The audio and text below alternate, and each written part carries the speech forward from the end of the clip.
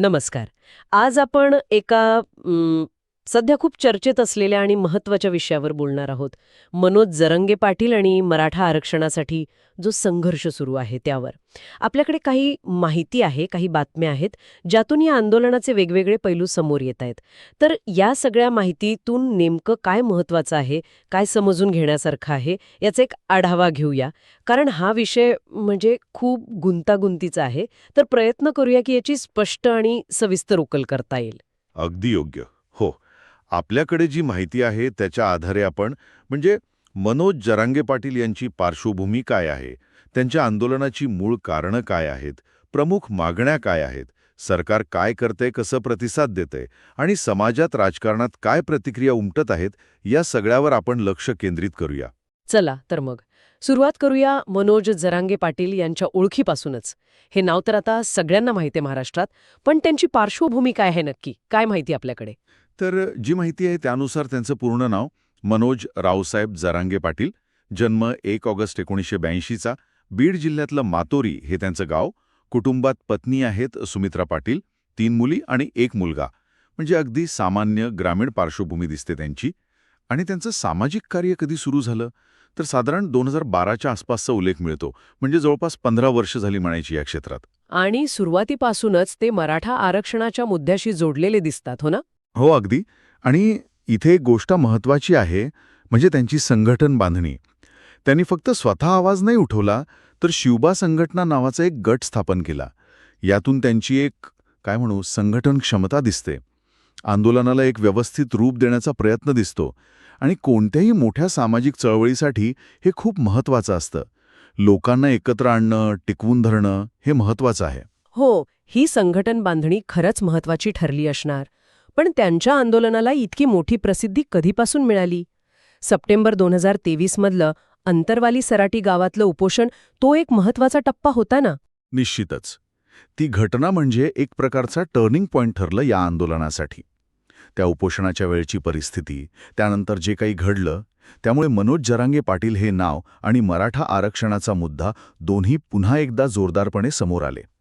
त्याने फक्त सहानुभूती नाही मिळाली, तर मराठा समाजात आरक्षणाची गरज किती तीव्र आहे हे पण लोकांपर्यंत पोचलं. आणि त्यानंतर जानेवारी 2024मध्ये जो त्यांनी जालन्याहून मुंबईपर्यंत मोर्चा काढला, तो त्यांच्या वाढत्या प्रभावाचा पुरावा होता. आणि या सगळ्यामागे त्यांची मुख्य मागणी काय आहे, जी ते परत परत सांगत आहेत?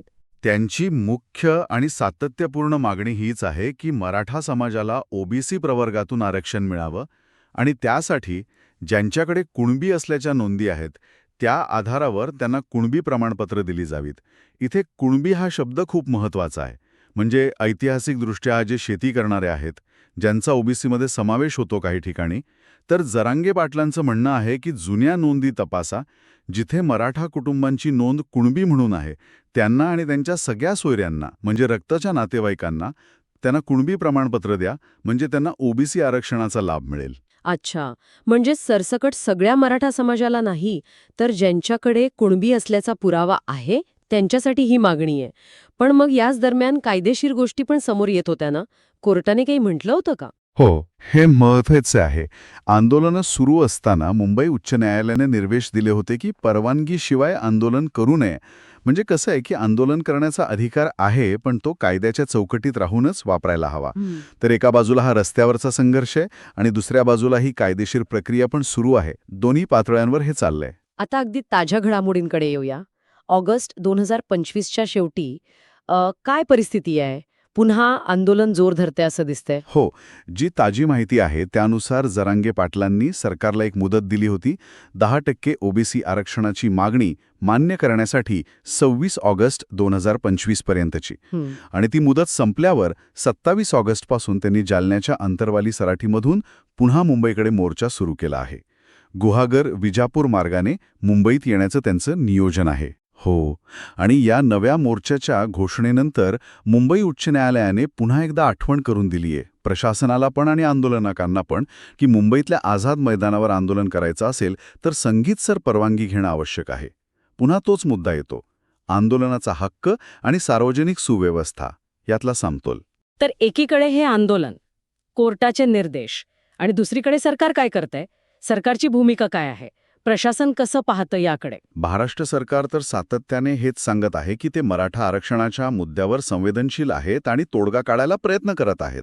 उपमुख्यमंत्री देवेंद्र फडणवीस आणि जी मराठा आरक्षण विषयक मंत्रिमंडळ उपसमिती आहे त्यांनी यावर काम केलंय. विशेषतः हे जे कुणबी प्रमाणपत्र देण्याचा मुद्दा आहे त्यातली गुंतागुंत आणि सत्यता तपासायला जी समिती नेमली होती त्या समितीला सरकारने मुदतवाढ दिलीय.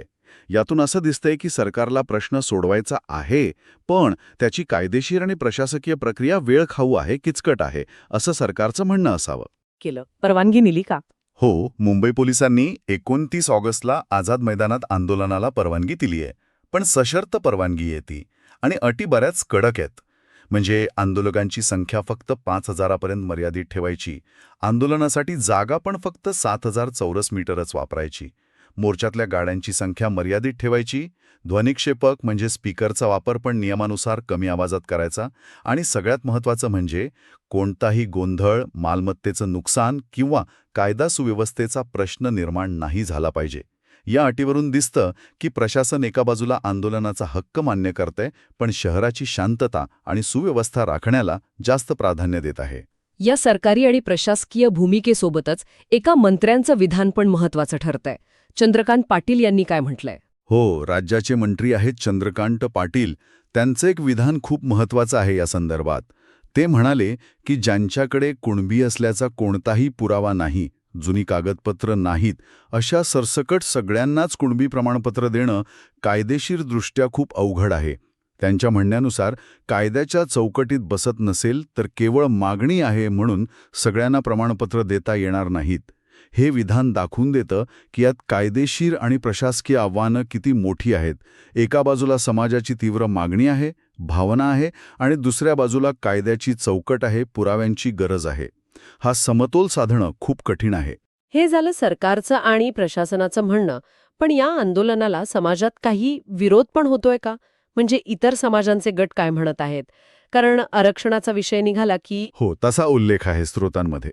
विशेषतः ओबीसी समाजातून काही प्रतिक्रिया येत आहेत. ओबीसी नेते आहेत लक्ष्मण हाके, त्यांनी काही गंभीर आरोप केले आहेत. त्यांचं म्हणणं आहे की अनेक आमदार पडद्यामागून मनोज जरांगे पाटलांना आर्थिक मदत पुरवत आहेत. इतकंच नाही तर खूप मोठ्या प्रमाणावर बनावट कुणबी प्रमाणपत्र तयार करून वाटली जात आहेत, असाही त्यांचा दावा आहे.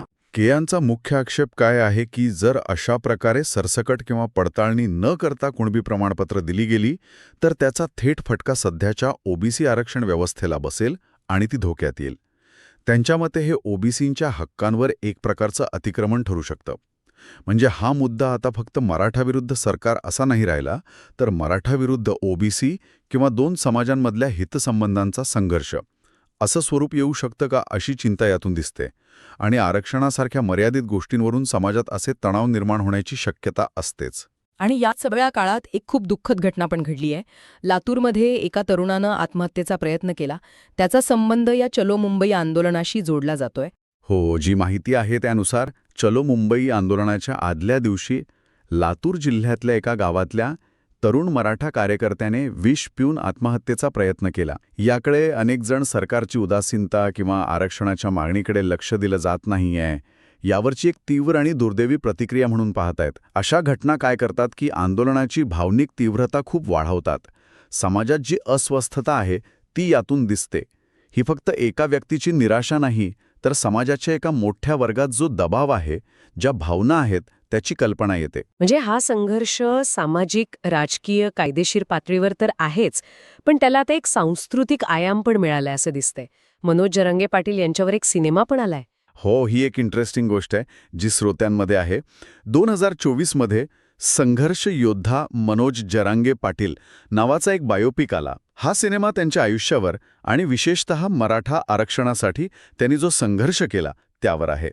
आणि सिनेमाच्या निर्मात्यांनी असं पण जाहीर केलंय की यातून जो काही नफा मिळेल तो मराठा समाजाच्या भल्यासाठी, म्हणजे गरीब विद्यार्थ्यांच्या शिक्षणासाठी वगैरे वापरला जाईल. हे खूप महत्त्वाचं आहे. यातून दोन गोष्टी दिसतात. एक म्हणजे एखादी सामाजिक किंवा राजकीय चळवळ किती लोकप्रिय आणि प्रभावी होते की तिचं प्रतिबिंब चित्रपटासारख्या लोकप्रिय माध्यमात दिसू लागतं. आणि दुसरं म्हणजे अशा सिनेमांमधनं त्या व्यक्तीची किंवा चळवळीची एक विशिष्ट प्रतिमा लोकांपर्यंत पोहोचवली जाते. सिनेमा हे फक्त मनोरंजन नाही, तर ते मत बनवण्याचं किंवा एखाद्या विचाराला पाठिंबा देण्याचं माध्यम पण ठरू शकतं. या सिनेमामधून जरांगे पाटलांची संघर्ष योद्धा ही इमेज नक्कीच अजून घट्ट झाली असणार. तर आपण आतापर्यंत बरीच माहिती बघितली, त्याचे वेगवेगळे पैलू तपासले. या सगळ्या चर्चेतून आणि माहितीच्या विश्लेषणातून काय महत्वाचे मुद्दे दिसतायत आपल्याला? काय निष्कर्ष काढू शकतो? मला वाटतं काही गोष्टी अगदी स्पष्टपणे समोर येत आहेत. पहिलं म्हणजे मनोज जरांगे पाटील यांचा संघर्ष हा एका व्यक्तीचा नाही राहिला आता. मराठा समाजातल्या एका मोठ्या वर्गाच्या आरक्षणाच्या मागणीचं ते प्रतीक बनले आहेत. दुसरं, त्यांची जी मागणी आहे, कुणबी प्रमाणपत्रांच्या आधारावर ओबीसी कोट्यातून आरक्षण, ही या आंदोलनाची एक विशिष्ट पद्धत आहे, जी कायदेशीर आणि ऐतिहासिकदृष्ट्या सोपी नाहीये, गुंतागुंतीची आहे. तिसरं, सरकारची भूमिका. ती एक तारेवरची कसरत आहे. त्यांना मराठा समाजाच्या मागण्या पण बघायच्या आहेत, ओबीसी समाजाची चिंता पण लक्षात घ्यायची आहे आणि कायद्याच्या चौकटीत पण राहायचंय. या सगळ्याचा समतोल साधावा लागतोय. आणि चौथं म्हणजे या आंदोलनामुळे समाजात फक्त पाठिंबाच नाही तर विरोध आणि तणाव पण निर्माण होतोय, ज्याचे पुढे सामाजिक परिणाम होऊ शकतात. बरोबर. म्हणजे हा प्रश्न आता फक्त आरक्षणापुरता नाही राहिला. तो ओळख, इतिहास, समाजातलं स्थान आणि राजकीय गणित या सगळ्याशी जोडला गेला आहे. भूतकाळातल्या कुणबी नोंदी शोधून आपली ओळख आणि हक्क सिद्ध करण्याचा प्रयत्न, आणि दुसरीकडे आजच्या कायदेशीर आणि प्रशासकीय प्रक्रियांची अट, यातला हा संघर्ष आहे. आणि जाता जाता या सगळ्या चर्चेतून एक विचार करण्यासारखा प्रश्न आपल्या श्रोत्यांसाठी ठेवूया का? नक्कीच. प्रश्न असा आहे की एका बाजूला आपल्या समाजातल्या जुन्या ओळखी, ऐतिहासिक नोंदी, परंपरा आहेत, ज्यांच्या आधारावर हक्क सांगितले जातात, आणि दुसऱ्या बाजूला आधुनिक लोकशाही व्यवस्थेतली कायदेशीर प्रक्रिया आहे, प्रशासनाचे नियम आहेत, पुराव्यांची गरज आहे. या दोन वरवर वेगळ्या वाटणाऱ्या गोष्टींमध्ये सुवर्णमध्य कसा साधला जाईल? समाजाच्या आठवणीतला इतिहास आणि आजची कायद्याची चौकट यांच्यातला हा जो संघर्ष किंवा तणाव आहे, तो पुढे काय रूप घेईल? आणि अशा ओळखीवर आधारित मागण्यांना सामोरं जाताना केवळ महाराष्ट्रच नाही तर संपूर्ण देश म्हणून आपण एका व्यापक धोरणात्मक विचाराकडे कसे जाऊ, याचा विचार करायला हवा.